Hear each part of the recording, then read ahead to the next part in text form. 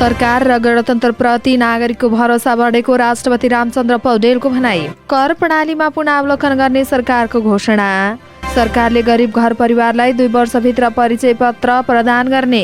निजगढ अन्तर्राष्ट्रिय विमानस्थल निर्माणको प्रक्रिया अगाडि बढाउने घोषणा। बर्खामा मासिक 50 र हिउँदमा 30 युनिटसम्म खपत गर्नेलाई बिजुली निशुल्क दिने। जग्गाको कारोबार मूल्य नियन्त्रण गर्ने सरकारको घोषणा। वायु सेवा निगमको पुनर्संरचना गरिने। रासायनिक मल कारखाना खोल्न बहुवर्षीय योजना बनाइने राष्ट्रपतिको भनाई। उच्च मूल्यवृद्धि नियन्त्रण गर्ने घोषणा। नेपाल भ्रमण दशक घोषणा। सन् 2025मा भ्रमण वर्ष। काठमाडौँ महानगरले ल्यायो आइडिया बैंक कार्यक्रम। आजैबाट आवेदन दिन सकिने। आँखाले हेरेको भरमा रोग निको हुने भ्रम सृजना गर्नेलाई कारबाहीको माग।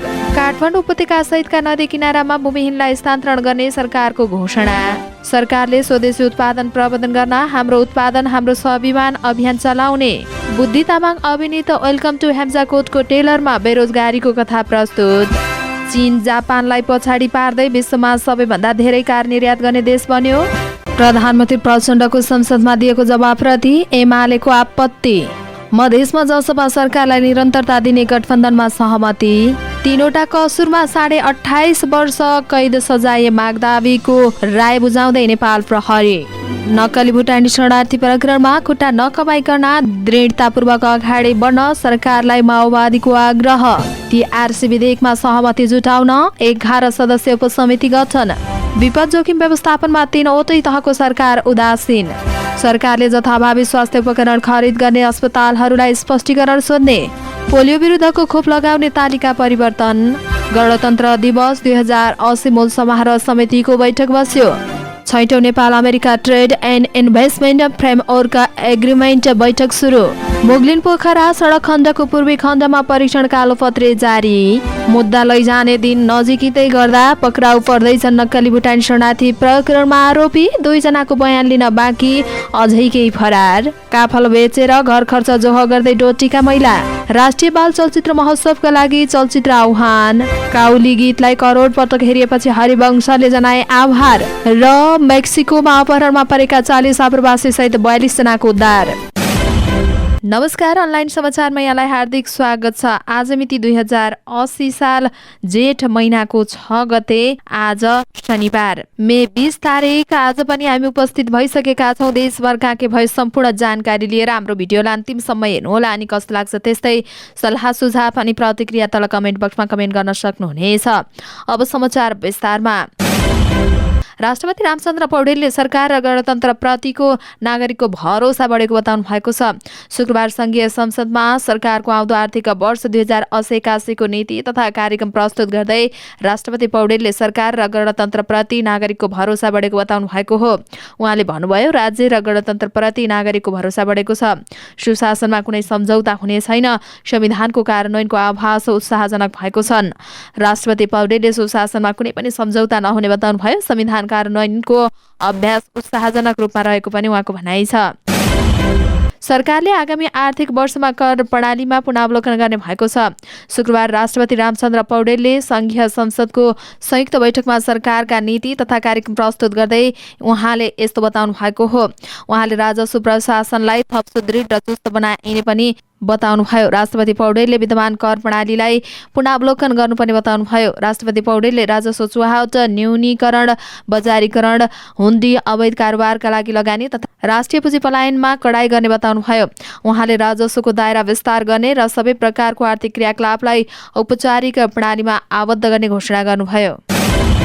सरकारले गरिब घर परिवार पहिचान र गरिब परिचय पत्र वितरण 2 वर्षभित्र सम्पन्न गर्ने भएको छ। सरकारले आगामी आर्थिक वर्षको नीति तथा कार्यक्रम मार्फत यस्तो घोषणा गरेको हो। राष्ट्रपति रामचन्द्र पौडेलले सरकारको नीति तथा कार्यक्रम वाचन गर्दै गरिब घर परिवार पहिचान र परिचय पत्र वितरण 2 वर्षभित्र सम्पन्न गर्ने बताउनु भएको छ। उहाँले गरिब घर परिवारलाई राष्ट्रिय परिचय पत्रमा आबद्ध गर्दै सामाजिक सुरक्षा कार्डमा रूपान्तरण गर्ने सरकारको कार्यक्रममा समेटिएको बताउनुभयो। सरकारले बाराको निजगढ अन्तर्राष्ट्रिय विमानस्थल निर्माणको प्रक्रिया अगाडि बढाउने घोषणा गरेको छ। आगामी आर्थिक वर्ष 80-81 को नीति तथा कार्यक्रम मार्फत सरकारले यस्तो घोषणा गरेको हो। यो विमानस्थल निर्माणको प्रक्रिया अझै अन्योलमा रहेको बेलामा सरकारले यस्तो घोषणा गरेको हो। राष्ट्रपति रामचन्द्र पौडेलले प्रादेशिक विमानस्थलको अध्ययन गरी निर्माण कार्य अगाडि बढाउने समेत बताउनुभयो। हवाई सेवालाई सुरक्षित बनाउन सुरक्षा मापदण्ड कडाइका साथ लागू गर्ने उहाँको भनाइरहेको छ। आन्तरिक तथा अन्तर्राष्ट्रिय विमानस्थलका टर्मिनल भवनको स्तरोन्नति गर्ने समेत उहाँको भनाइ छ। निर्माण सम्पन्न भएका विमानस्थललाई पूर्ण क्षमताको उपयोगमा ल्याउने पनि उहाँको भनाइ छ। सरकारले ऊर्जामा सबैको पहुँच सुनिश्चित गर्ने घोषणा गरेको छ। शुक्रबार सरकारको नीति तथा कार्यक्रम प्रस्तुत गर्दै राष्ट्रपति रामचन्द्र पौडेलले यस्तो बताउनु भएको हो। उहाँले सरकारले 2 वर्षभित्र सबै घरमा बिजुली पुर्याउने बताउनु भएको छ। विपन्न वर्गका परिवारलाई निःशुल्क बिजुली उपलब्ध गराउने सरकारको घोषणा छ। यस्तै सरकारले बर्खायाममा मासिक 50 युनिट र हिउँदामा 30 युनिटसम्म बिजुली खपत गर्ने उपभोक्तालाई निःशुल्क बिजुली उपलब्ध गराउने बताउनु भएको छ। सरकारले खाना पकाउने ग्यासलाई क्रमशः बिजुलीबाट प्रतिस्थापन गर्ने घोषणा पनि गरेको छ। यस्तै सरकारले आउँदो आर्थिक वर्षको बजेटमा उच्च ब्याज दर र तरलता सङ्कुचनलाई सम्बोधन गर्ने बताएको छ। संघीय संसदको संयुक्त बैठकमा आर्थिक वर्षको नीति कार्यक्रम प्रस्तुत गर्दै राष्ट्रपतिले उक्त कुरा बताउनु भएको हो। उहाँले अर्थतन्त्रको समग्र मागको राहत, तरलता सङ्कुचन, उच्च ब्याज दर, मूल्यवृद्धि, न्यून पुँजीगत खर्च घटाउने, राजस्व परिचालन र बाह्य क्षेत्रको चापलाई सम्बोधन गर्ने बताउनु भएको छ। आगामी वर्षदेखि सरकारले जग्गाको कारोबारलाई पनि मूल्य नियन्त्रण गर्ने नीति लिएको छ। राष्ट्रपति रामचन्द्र पौडेलले नीति तथा कार्यक्रम प्रस्तुत गर्दै आगामी वर्षबाट जग्गाको कारोबारलाई पारदर्शी र व्यवस्थित बनाउने घोषणा गर्नुभएको हो। जग्गाको कारोबारलाई थप व्यवस्थित र पारदर्शी बनाउने तथा लिजमा उपलब्ध गराइएका जग्गाको प्रयोग उद्देश्य अनुसार प्रयोग भए नभएको समेत अनुगमन गर्ने उहाँको भनाइरहेको छ। यस्तै सरकारले सामुदायिक वनजङ्गलमा वन्यजन्तु पशु पंक्षी पालनको अनुमति दिने नीति लिएको छ। आर्थिक वर्षको नीति कार्यक्रम प्रस्तुत गर्दै राष्ट्रपति पौडेलले उक्त कुरा बताउनु भएको हो। यस वर्षदेखि आवश्यक कार्यविधि बनाएर परीक्षणका रूपमा हरिण, मृग र काली जस्ता वन्यजन्तु र पंक्षीको नियन्त्रण रूपमा परीक्षण र व्यावसायिक पालना सुरु गर्ने पनि जनाइएको छ। यस्तै सरकारले संघीय शिक्षा ऐन संशोधन यसै अधिवेशनबाट ल्याउने जनाएको छ। संहिताको 8 वर्षभन्दा बढी समय भइसक्दा पनि संघीय शिक्षा ऐन आउन सकेको थिएन। सरकारले संसदको यसै अधिवेशनबाट ऐन ल्याउने जनाएको हो। त्यसका लागि ऐन मस्यौदामाथि छलफल तथा सरकारवाला निकायको धारणा समेत राख्ने काम गर्दै आएको छ। सरकारले नेपाल वायु सेवा निगमको पुनर्संरचना गर्ने भएको छ। आगामी आर्थिक वर्ष 80-81 को नीति तथा कार्यक्रममा संघीय संसदको संयुक्त बैठकमा प्रस्तुत गर्दै राष्ट्रपति रामचन्द्र पौडेलले नेपाल वायु सेवा निगमको पुनर्संरचना गर्ने बताउनु भएको हो। उहाँले आन्तरिक तथा अन्तर्राष्ट्रिय विमानस्थल एवं टर्मिनल भवनको स्तरोन्नति गर्ने पनि बताउनुभयो। हवाई सम्बन्धी मापदण्ड कडाइको साथ पालना गर्ने बताउँदै पौडेलले नयाँ मुलुकहरूसँग हवाई सम्झौता गरी बजार विस्तार गर्ने घोषणा गर्नुभयो। सरकारले प्रत्येक पालिकामा एक शीत भण्डार बनाउने योजना अगाडि सारेको छ। राष्ट्रपति रामचन्द्र पौडेलले संघीय संसदमा आर्थिक वर्ष 80-81 को नीति कार्यक्रम प्रस्तुत गर्दै एक ओडा विशेष एक उत्पादनमा जोड दिने बताउनु भएको हो। एक पालिका एक उत्पादन क्षेत्र नीति मार्फत आत्मनिर्भर स्थानीय अर्थतन्त्र बढाउन जोड दिनेछ।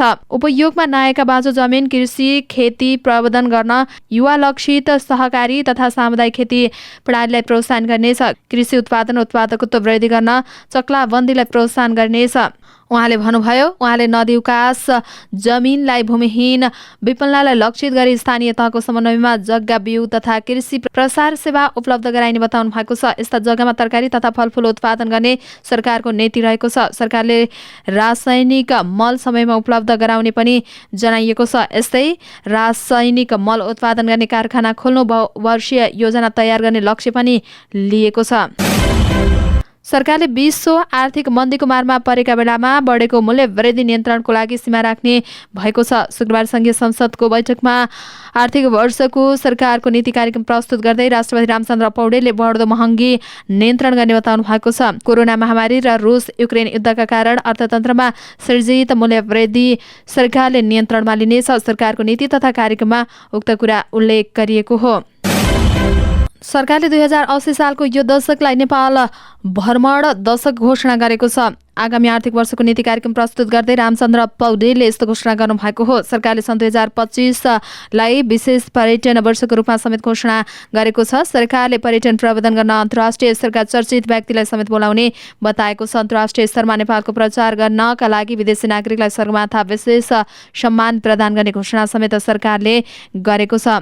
यस्तै सरकारले प्रत्येक गाउँपालिकामा एउटा स्मार्ट विद्यालय बनाउने भएको छ। राष्ट्रपति रामचन्द्र पौडेलले शुक्रबार संघीय संसदको संयुक्त बैठकमा पेश गरेको आगामी आर्थिक वर्ष 80-81 को नीति तथा कार्यक्रममा प्रत्येक स्थानीय तहमा प्रविधिको रूपमा प्रयोग गरेर नै पठन पाठन गराउने गरी स्मार्ट विद्यालय स्थापना गर्ने घोषणा गरिएको छ।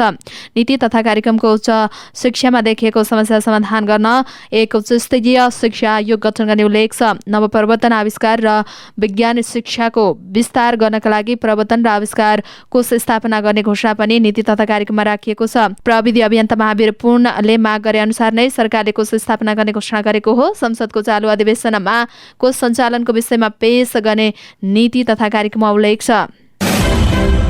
काठमाडौँ महानगरपालिकाले आइडिया बैंक कार्यक्रम ल्याएको छ। महानगरपालिकाका प्रमुख बालेन शाहले विभिन्न व्यक्तिगत क्षेत्रहरूलाई समेटेर 5 वटा क्याटेगोरीमा आवेदन माग गरेको जानकारी दिनुभएको हो। मेरो चुनावी घोषणापत्र तथा काठमाडौँ महानगरको वर्ष 79-80 को नीति तथा कार्यक्रममा समावेश भएको आइडिया बैंक कार्यक्रमको प्रमुख उद्देश्य दक्ष अध्यक्ष जनशक्ति विद्यार्थी लगानीकर्ता तथा उद्यमशीलता विशेषज्ञहरूको ब्रिजको रूपमा महानगरमा बसी सोचलाई योजना र योजनालाई व्यवसाय बनाउने हो। उहाँको भनाइ छ। उहाँका अनुसार कसैसँग आइडिया छ भने महानगरभित्र कुनै स्टार्टअप सुरु गरिएको छ र 3 वर्ष काटेको छैन, साथै विद्यार्थीहरू भए पनि महानगरको समस्या समाधानका लागि व्यवसायमुखी आइडिया छन् भने त्यसलाई व्यवसायमा परिणत गर्न सकिनेछ। कसरी त्यसको बिजनेस प्लान बनाउने, कसरी अगाडि बढाउने र लगानी कसरी जुटाउने भन्ने कार्यक्रममा पूर्ण सहयोग गर्छ। उहाँको भनाइ छ। 5 वटा क्याटेगोरीमा आवेदन माग गरिएको छ। तपाईलाई उद्यमी बन्न कसैले रोक्न सक्दैन। महानगर तपाईको साथमा छ। यस कार्यक्रममा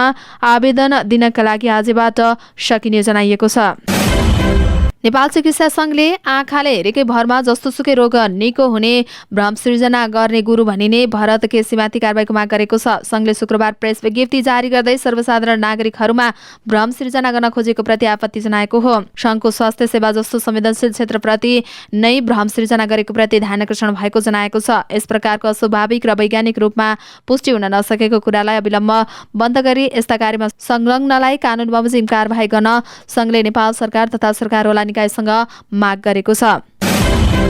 सरकारले काठमाडौँ उपत्यका सहितका नदी किनारामा भूमिहीनलाई स्थानान्तरण गर्ने घोषणा गरेको छ। संघीय संसदको संयुक्त बैठकमा आगामी आर्थिक वर्ष 80-81 को नीति कार्यक्रम प्रस्तुत गर्दै राष्ट्रपति रामचन्द्र पौडेलले वास्तविक भूमिहीन र विपन्नलाई स्थानान्तरण गरी नदी किनारामा अतिक्रमित भूमिलाई खाली गराउने पनि घोषणा गरिएको छ। यस्तै उपत्यका लगायतका मुलुकका ठूला शहरको फोहोर मैलाको दिगो व्यवस्थापनका लागि नीतिगत र संस्थागत व्यवस्था गर्ने घोषणा सरकारले आगामी आर्थिक वर्षको नीति तथा कार्यक्रममा पेश गरेको छ। स्थानीय तहलाई फोहोर मैला व्यवस्थापन र उद्देश्य उपयोगमा आवश्यक प्राविधिक सहयोग गर्ने घोषणा पनि सरकारले गरेको छ।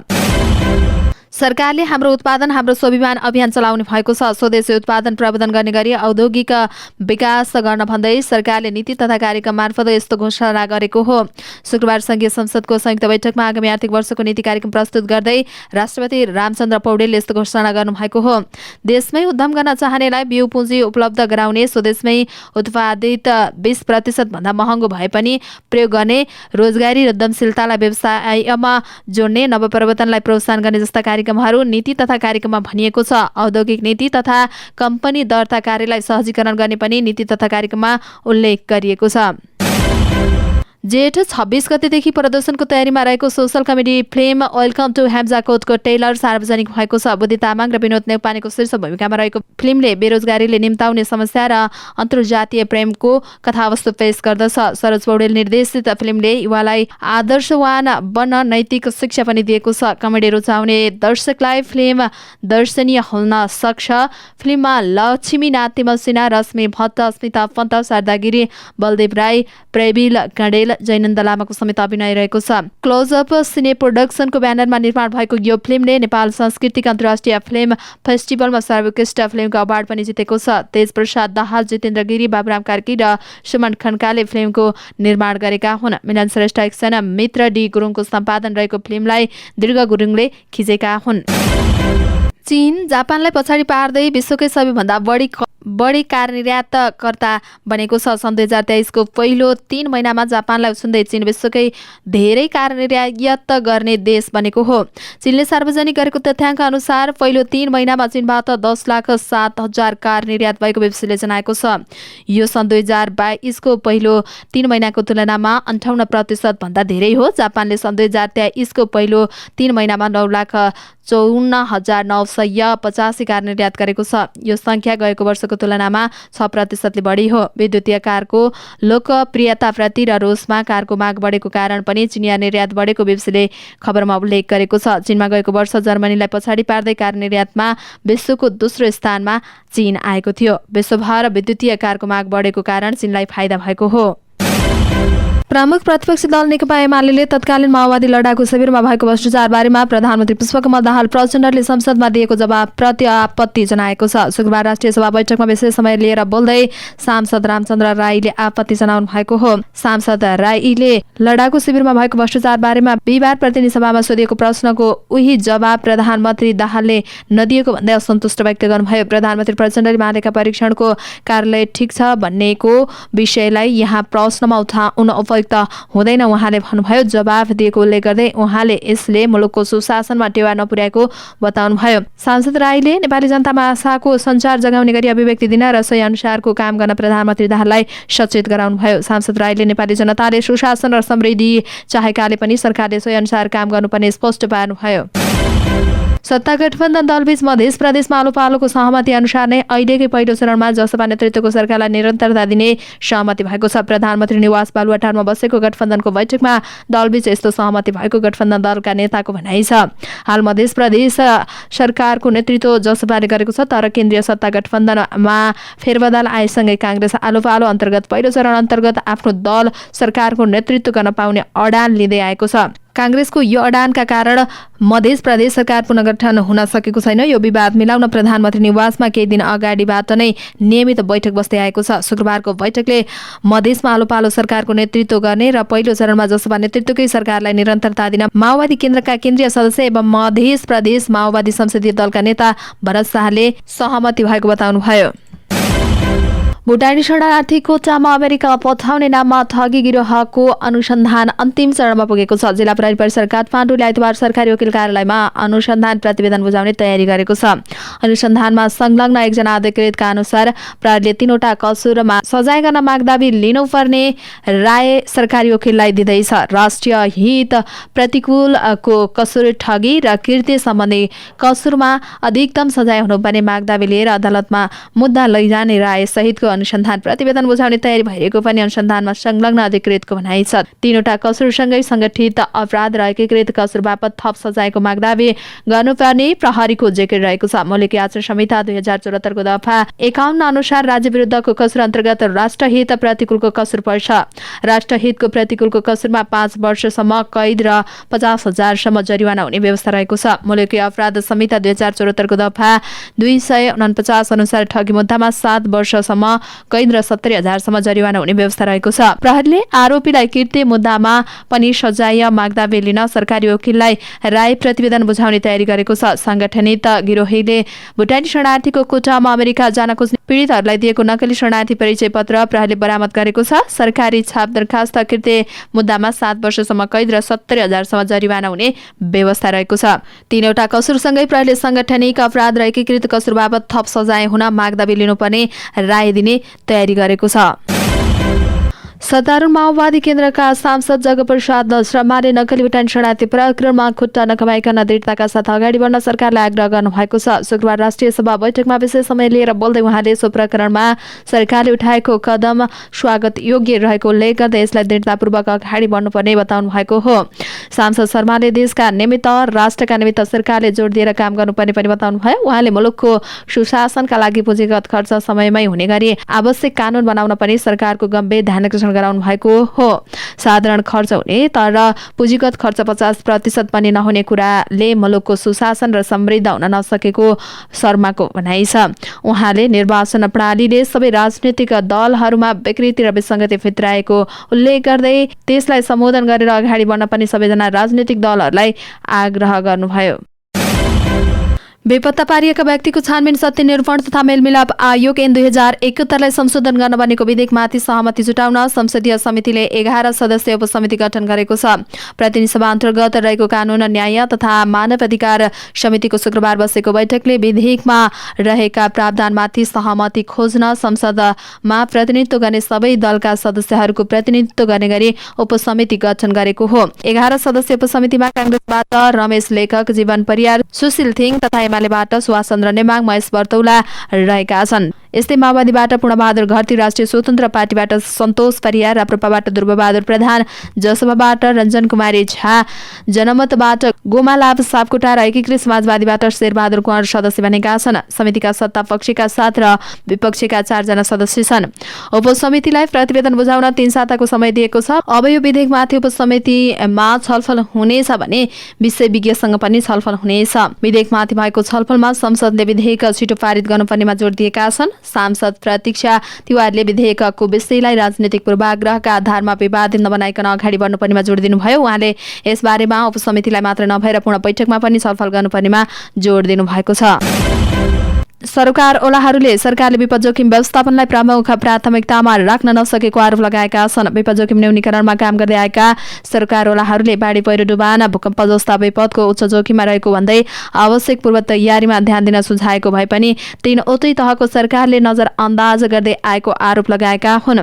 उनीहरूले संघ, प्रदेश र स्थानीय सरकारले विपद व्यवस्थापन कोषको पैसालाई रकमान्तर गरी अन्य शीर्षकमा खर्च गर्ने गरेको आरोप पनि लगाएका छन्। लामो समयदेखि सुदूरपश्चिममा विपद जोखिम न्यूनीकरण तथा व्यवस्थापनमा काम गर्दै आएका राष्ट्रिय वातावरण तथा समविकास समाज नेपाल निर्स नेपालका कार्यकारी निर्देशक भवनराज रेग्मीले सरकारले विपद जोखिम व्यवस्थापनलाई प्राथमिकतामा नै नराखेको गुनासो गर्नुभयो। उहाँले विपद पूर्व तयारीका लागि सरकारको ध्यान नजाँदा बाढी र डुबानका कारण वर्षैपिच्छे विस्थापित हुनेको संख्या बढ्दै गएको बताउनुभयो। उहाँले भन्नुभयो तिनै तहको सरकार अहिलेसम्म विपद हुँदा उद्धार र राहतको वितरण गर्नुपर्छ भन्नेतिर मात्रै लागेको छ। विपदको पूर्व तयारी गर्नुपर्छ, नत्र भौतिक सम्पत्तिमा क्षति पुग्छ र आर्थिक रूपमा पनि पछाडि पर्छौं भन्ने विषयलाई महत्त्व दिएको छैन। विपद जोखिम न्यूनीकरण गर्नका लागि 3 तहको सरकार सक्षम छैन।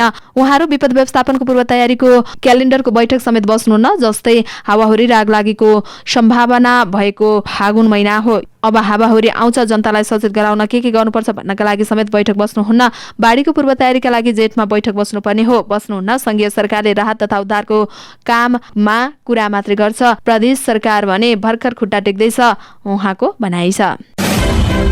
सरकारले जथाभावी स्वास्थ्य उपकरण खरिद गर्ने अस्पताल स्पष्टीकरण सोध्ने भएको छ। शुक्रबार मन्त्रालयमा पत्रकार सम्मेलन गरी स्वास्थ्य तथा जनसङ्ख्या मन्त्री मोहनबहादुर बस्नेतले यस्तो बताउनु भएको हो। उहाँले स्थान र जनशक्ति नभएर पनि उपकरण खरिद गरेका अस्पताललाई स्पष्टीकरण सोध्ने स्पष्ट पार्नु भएको हो। उहाँले 2 वर्षसम्म पनि प्रयोग नभएका वा हुन नसकेका सामानहरू स्वास्थ्य सेवा विभागले फिर्ता लिए आवश्यकता अनुसार अरू अस्पतालहरूमा मन्त्रालयको सहमतिमा हस्तान्तरण गर्ने पनि उल्लेख गर्नुभयो। उहाँले कतिपय अस्पतालले जवाबभावी रूपमा स्वास्थ्य उपकरणहरू खरिद गरेको पाइएको भन्दै अब खरिद गर्दा न्यूनतम सेवा मापदण्डले औलाइ अनुसारको उपकरणहरू मन्त्रालयको समन्वयमा खरिद गर्ने व्यवस्था गर्नुपर्ने र त्यसलाई लागू गर्ने बताउनु भएको छ। उहाँले प्रत्येक अस्पताललाई आउँदा 2 वर्षको कार्ययोजना बनाएर पेश गर्नका लागि आग्रह गर्नुभएको छ। स्वास्थ्य सेवा विभागलाई खरिद एवं वितरण गर्नका लागि थप व्यवस्थित गर्न निर्देशन दिनुभयो। उहाँले सबै संघीय अस्पतालको उपकरण जाँच गर्नुपर्ने पनि बताउनुभयो। उहाँले भएका उपकरणहरूले काम गर्दा गर्दै पनि अन्य खरिद गरेको गुनासो बढेको भन्दै छानबिन गरी कारबाही अगाडि बढाउने बताउनुभयो। पोलियो विरुद्धको खोप FIPV-को नियन्त्रणमा नियमित मात्रा लगाउने तालिका परिवर्तन भएको छ। स्वास्थ्य तथा जनसङ्ख्या मन्त्रालयले सूचना मार्फत पोलियो विरुद्धको खोप लगाउने तालिका परिवर्तन भएको जानकारी दिएको हो। FIPV खोप अब तालिका परिवर्तन गरी 14 हप्ता र 9 महिनामा गरी 2 मात्रा लगाइने भएको छ। यसअगाडि यो खोप 6 र 14 हप्तामा गरी 2 मात्रामा लगाइने गरिएको थियो। यस्तै परिवर्तित तालिका अनुसार 1 वर्षको उमेरभित्र सो खोप नियमित तालिकामा लगाउन छुटेका 5 वर्ष उमेर समूहका बालबालिकामा पनि लगाउन सकिने जनाइएको छ। गणतन्त्र दिवस 2080 समारोह समितिको बैठक बसेको छ। सिंहदरबार स्थित प्रधानमन्त्री तथा मन्त्री परिषद कार्यालयमा शुक्रबार बसेको बैठकले विभिन्न निर्णयहरू गरेको बताइएको छ। मूल समारोह समितिका अध्यक्ष प्रधानमन्त्री पुष्पकमल दाहाल प्रचण्ड रहनु भएको छ। जनआन्दोलन 2062-63 पछि प्रत्येक जेठ 15 गते गणतन्त्र दिवस मनाइँदै आएको छ। छैठौं Nepal America trade and investment framework agreement TIFA council meeting सुरु भएको छ। शुक्रबारबाट काठमाडौँको एक होटलमा सुरु भएको बैठकमा अमेरिका र नेपाल बीच लामो सम्बन्धलाई थप प्रगाढ बनाउँदै यही द्विपक्षीय सम्बन्धलाई लगानीमा पनि थप विस्तार गर्ने योजनाका साथ काम गर्ने जनाइएको छ। बैठक बारेमा संचारकर्मीसँग कुरा गर्दै उद्योग वाणिज्य तथा आपूर्ति मन्त्रालयका सचिव मधु कुमार मरासिनीले अमेरिका र नेपाल बीचको द्विपक्षीय सम्बन्धलाई लगानीको रूपमा रूपान्तरण र व्यापारिक सम्बन्धमा साझेदारको रूपमा रूपान्तरण गर्न बैठक बसेको बताउनु भएको हो। उहाँले बैठकका लागि 18 सदस्यीय टोली नेपाल आएको बताउनु भएको हो। उहाँले नेपाल र अमेरिका बीच व्यापार र लगानीलाई कसरी प्रबन्धन गर्ने बैठकको लक्ष्य प्रमुख रहेको बताउनु भयो। उहाँले बैठक जतिसक्दो नेपालमा अमेरिकी लगानी बढाउने कुरामा केन्द्रित रहने बताउनु भएको छ।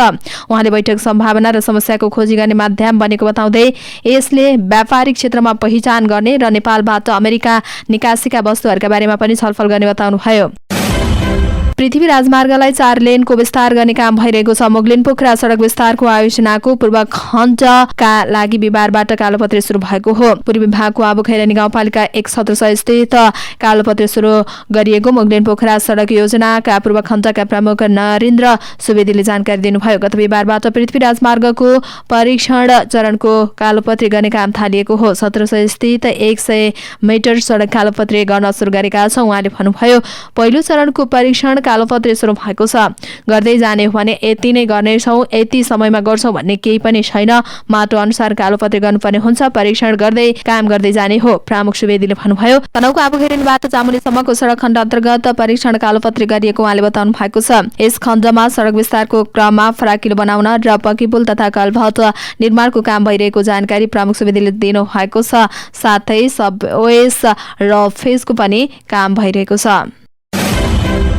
नक्कली भुटानी शरणार्थी प्रकरणमा प्रहरीले अनुसन्धान सकेर अदालतमा मुद्दा लैजाने समय नजिकै छ। चैत 12 गते केशव दुलाल, सानो भण्डारी, टङ्ककुमार गुरुङ पक्राउ परेपछि सुरु भएको अनुसन्धानको अब जिल्ला अदालत काठमाडौँमा मुद्दा लैजान 5 दिन मात्रै बाँकी छ। प्रहरीले यस प्रकरणमा अनुसन्धानमा संगठित अपराध कसुर गरिरहेको छ, जसमा अनुसन्धान गरेर अदालतमा मुद्दा दर्ता गर्न 60 दिनको समय पाउँछ। मुद्दा लैजाने दिन नजिकै गर्दा आरोपीहरू सबै पक्राउ परिसकेका छैनन्। प्रहरीले पछिल्लो समय केही आरोपीलाई पक्राउ गरिरहेको छ। बिहिबार मात्र यस प्रकरणमा प्रहरीले 2 जनालाई थप पक्राउ गरेको छ। गृह मन्त्रालय अन्तर्गतको हज समितिका अध्यक्ष शमशेर मिया र भुटानी शरणार्थी नेता टेकनाथ रिजाललाई बिहिबार पक्राउ परेको हो। उनीहरू पक्राउ परेसँगै यस प्रकरणमा प्रहरी हिरासतमा हुनेको संख्या 16 पुगेको छ। मिया र रिजाल बाहेक अन्य सबैको बयान सकिएको छ। उनीहरूको बयान जारी रहेको छ। जिल्ला प्रहरी परिसर काठमाडौँका प्रहरीले उनीहरूसँग सोधपुछ गरिरहेको प्रहरी प्रवक्ता सीताराम रिजालले जानकारी दिनुभएको हो। बयानसँग प्रहरीले गत सोमबार मात्रै पनि एक अर्का आरोपीलाई पक्राउ गरेको थियो। नेपाली कांग्रेसका पूर्व सभासद आङटावा शेर्पालाई प्रहरीले पक्राउ गरेको हो। आइतबार मात्रै नेकपा एमाले सांसद टोपबहादुर रायमाझी पक्राउ परेका छन्। यही हप्ता प्रहरीले 4 जना आरोपीलाई समातिसकेको छ। तर आरोपीहरू अझै पक्राउ परेका छैनन्। पूर्व गृहमन्त्री रामबहादुर थापा, बादलका छोरा प्रतीक र बादलका सुरक्षा विज्ञ इन्द्रजित राईका छोरा निरज सहितका केही आरोपीहरू फरार रहेका छन्। डोटीको ग्रामीण क्षेत्र र राजमार्ग आसपासमा बस्ने न्यून आय स्रोत भएका परिवारका लागि काफल अहिले आमदानीको स्रोत बनेको छ। विशेषतः विपन्न परिवारका महिलाहरूले यो समयमा पाक्ने काफललाई बेचेर खर्चको जोहो गर्ने गरेका छन्। भीमदत्त राजमार्गदेखि पहल मानसिंह सुवारा राजमार्ग आसपासमा अहिले जंगली फल काफल बेच्नेको ताती नै लाग्ने गरेको छ। उनीहरूले काफल बेचेर दैनिक 500 रुपियाँदेखि 4000 रुपियाँसम्म आमदानी गर्ने गरेका छन्। बजार तथा राजमार्गमा काफल बेचेर राम्रै आमदानी गर्ने गरेको जोराइल गाउँपालिका 1 गौराकी भगवती साउदले बताउनुभयो। दिनभरि टिपेको काफल भोलिपल्ट बिहानै पिपलारा, सिलगढी, दिपाल लगायतका बजारमा लगेर बेच्ने गरेको उहाँको भनाइरहेको छ। चलचित्र विकास बोर्डले आगामी असार 1, 2 र 3 गते ताङ जिल्लाको घोराईमा आयोजना गर्न लागेको प्रथम राष्ट्रिय बाल चलचित्र महोत्सवका लागि चलचित्र आह्वान गरेको छ। बोर्डले एक सूचना जारी गर्दै बालबालिकासँग सम्बन्धित शिक्षामूलक तथा सन्देशमूलक चलचित्रहरूको प्रदर्शनी गराउने कार्यक्रमको लागि केही शर्तहरूसहित चलचित्र माग गरेको हो। महोत्सवमा सहभागी हुन जेठ 15 गते भित्र चलचित्रले विकास बोर्डमा निवेदन दिनुपर्ने बोर्डका प्रवक्ता KL बुढाथोकीले बताउनुभयो। उहाँले निवेदनका साथ जाँच प्रमाणपत्रको प्रतिलिपि पनि पेश गर्नुपर्ने बताउनु भएको छ। प्रतियोगिता वृत्तचित्र, कथानक वा लघु चलचित्रमा सहभागिता जनाउन सक्नेछन्। छनौटमा परि प्रदर्शन भएका चलचित्रलाई प्रोत्साहन स्वरूप बोर्डको निर्णय अनुसार केही रकम उपलब्ध गराइने बताइएको छ। अभिनेता हरिवंश आचार्यको नयाँ गीत काउलीले युट्युबमा 1 करोडको आँकडा पार गरेको छ। 2 महिना अगाडि रिलिज भएको यो गीतलाई हरिवंश र शान्तिश्री परिवारले मिलेर गाएका हुन्। यो रोमान्टिक र डान्सिङ ट्र्याकमा हरिवंश सहित प्रियंका कार्की, प्रकाश सपुत र बालकृष्ण ओलीको अभिनय रहेको छ। काभ्रे स्थित हरिवंशको आफ्नै गाउँमा छायाङ्कन गरिएको यो गीतले कृषि प्रधान भूगोलको पात्र मनोदशा र चाहनालाई रोमान्टिक शैलीमा प्रस्तुत गरेको छ। चेलीबेटी बेचबिखन विरुद्धको सन्देश यसले दिएको छ। गत वर्ष हिट फिल्म महापुरुष लगतै हरिवंशले यो गीतलाई बजारमा ल्याएका हुन्। काउलीले 1 करोड भन्दा बढी भ्यूज प्राप्त गरेसँगै हरिवंशले दर्शक, कलाकार र प्राविधिक प्रति आभार व्यक्त गरेका छन्। हरिवंशले गत वर्ष ल्याएको गीतहरू कर्कलोकको काउने, कोदोको रोटी भने पछिल्लो गीत जस्तो बढी भ्यूज प्राप्त गर्न सकेन। यसैबीच प्रकाश सपुतको पछिल्लो गीत सकम्बरीलाई 2 करोड 97 लाख पटक हेरिएको छ। सपुतको सकम्बरीले नै सबैभन्दा छिटो 1 करोड भ्यूज प्राप्त गर्ने नेपाली म्युजिक भिडियोको रेकर्ड राखेको थियो। मेक्सिकोमा बसमा यात्रा गर्ने क्रममा यसै हप्ता अपहरणमा परेका 40 आप्रवासी सहित 42 जनाको उद्धार गरिएको छ। उत्तर पूर्वी मेक्सिकोको एक राजमार्गमा यात्रा गरिरहेका 40 जना आप्रवासी र 2 जना चालक यसै हप्ता अपहरणमा परेका हुन्। दक्षिण मेक्सिकोबाट ग्वाटेमालाको सीमातर्फ लागेका त्यही समूहका अन्य 9 जनालाई भने अपहरणकै दिन उद्धार गरिएको एएफसीले जनाएको छ। राष्ट्रिय सुरक्षा गार्डका सदस्यहरूले मंगलबार र बुधबार बाँकी 33 जनालाई फेला पारेको राष्ट्रिय रक्षा मन्त्री लुइस क्रेसेन्सियो सान्डोभाले बताउनु भएको छ। उत्तर पूर्वी राज्य नुएभो लिओनका अधिकारीका अनुसार उद्धार गरिएका 9 जना भेनेजुला र होन्डुरसका 18 देखि 35 वर्ष उमेर समूहका नागरिक रहेको एएफपीले जनाएको छ।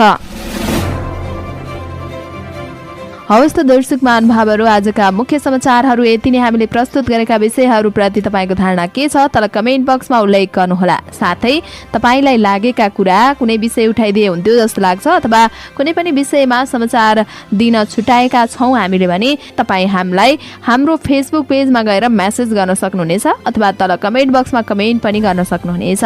तपाईँको कमेन्टले हामीलाई काम गर्नका लागि अझै ठुलो ऊर्जा दिनेछ। हाम्रो मेहनतको लागि एउटा सानो लाइक र कमेन्ट अवश्य गर्नुहोला। अनि च्यानललाई सब्स्क्राइब गर्नुभएको छैन भने सब्स्क्राइब अल नोटिफिकेसन अन पनि गर्नुहोला।